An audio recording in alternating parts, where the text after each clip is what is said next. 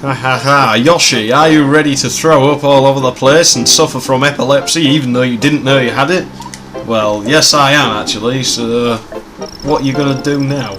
Well, sadly I know what they're going to do, and you're about to see what I'm on about with the spewing up.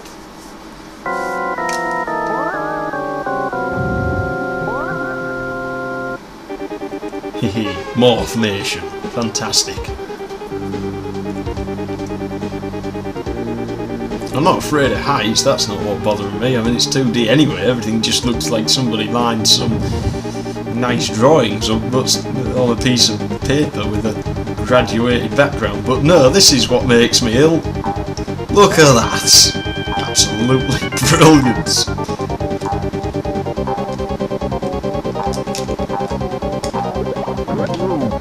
I just kind of feel sorry for that Raven there, but I mean, he's getting a pole rammed right up his ass. Got to hurt. Ouch. Goes your condo and all out on this for the music.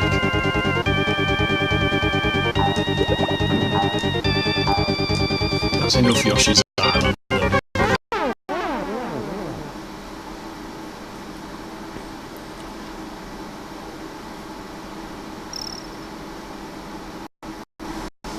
Well, I could just whine on and on all day, but I'm going to end it with one of the consoles that was once more a forgotten console, a console not many people know about compared to the other consoles that were out there.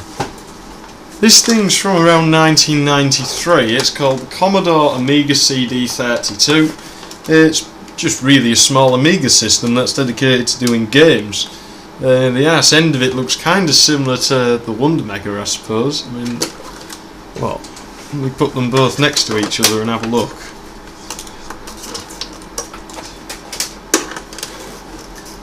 So, there we go. Oh, hold on, I got one of them upside down. There's definitely some kind of similarity there. I don't know whether it's coincidence or not, it doesn't really matter. If this is 32-bit in 1993, you'd have thought this would have caught on. I mean, this would have been pretty impressive stuff. I mean, who'd heard of 32-bit games back then? Yeah, Sega might have had the 32X about around some point, but who cared? That was crap. This thing's surprisingly good. I haven't got an awful lot of games for it, and I haven't played with it a lot. The only game I can find at the minute is Subwar 2050, which I'm not sure the controller that's available for me at the minute will work with that game, but still, I'll be able to start it up and just be able to see what it does. Right when I can find the rest of the pieces for it.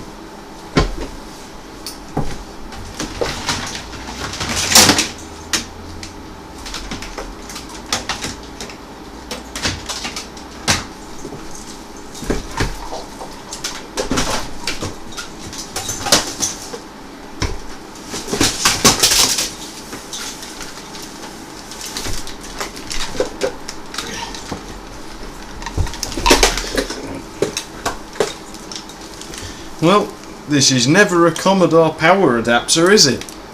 You'd think they'd got rid of this by 1993. Oh, and I found my other Atari controller, which I've heard will work on this console, but I don't want to plug it in. That belongs with the black Atari, so I can go over there where I've put the black Atari, and I've just knocked something over. Well, never mind. Apparently this joystick is for the Commodore Amiga, so should work with this console, in theory.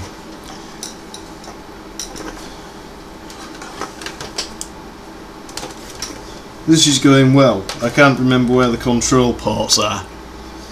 Oops, I've found them.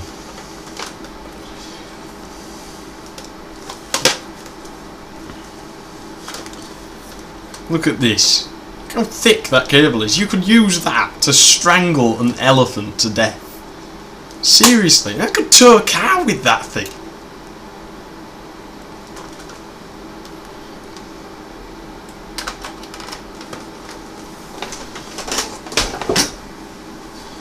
No use complaining about it as long as it does the job. and what can go wrong with it, really?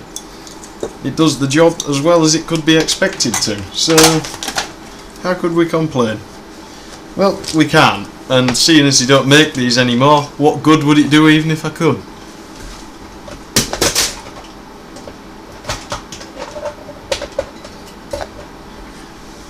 I just realised I was leaning on that and I hadn't plugged it in for a very long time. If that had exploded, I'd have been saying bye bye to my stomach. Well, here goes. It's time to start this thing up, and I can't really remember anything about it. Nor can I remember where the power button is, so I'm getting very far very fast here. By the way, that last comment was sarcastic, if you weren't aware of that. This one isn't. If you start this thing with a disc in and haven't put the lid down, you can say bye bye to your little fingers, because it will cut them off. Splash screen's kind of impressive, I suppose. I mean, I like that.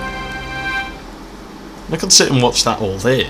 I guess they were kind of proud of the fact it was running CDs. I mean, it was a new technology back then. So, I found me this game, Subwar 2050, which is by Microprose. Where have I heard of them before?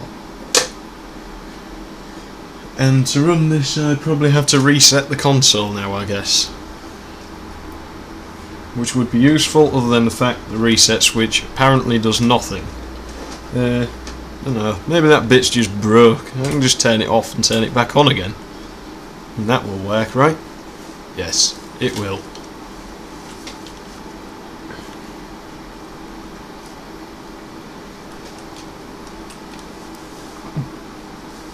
Now you got to admit, 1993, this is impressive. And kind of weird. And it's like, what the hell is this? Okay, I've got a mouse pointer and now it's gone black. Maybe it was just too advanced for the day. CDs were quite young on games back then, and I don't know, maybe people were just kind of scared of it. I mean, yeah, we've got a piss poor frame rate on this intro, but look at the graphics. They're kicking the shit out of all the other consoles from that generation.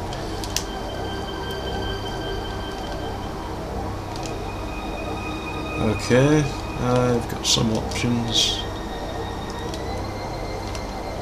Shame I just don't have some kind of weird option where I can just do what the hell I want.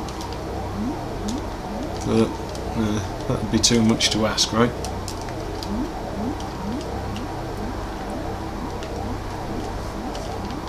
There we go, it's caught up. Now what? This is faster than other CD systems of its generation, I suppose, but...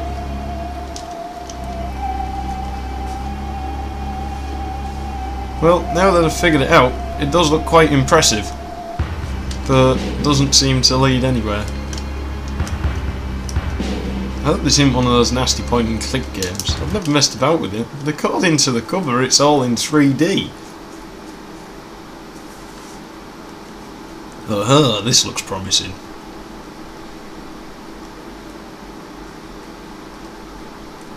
This console better not let me down. I wanted it to be kind of demonstrate how impressive it could be. But seeing as this was the only game I could find, that wasn't so good. Well, here we go. I mean, this frame rate's absolutely terrible, and I haven't got a clue what any of the controls are. I suppose on this joystick that I'm using, this trigger probably shoots things, right? Yeah. Alright. C pauses. Makes a lot of sense. Well, we're in a world of grids and polygons. Still, pretty good for the day.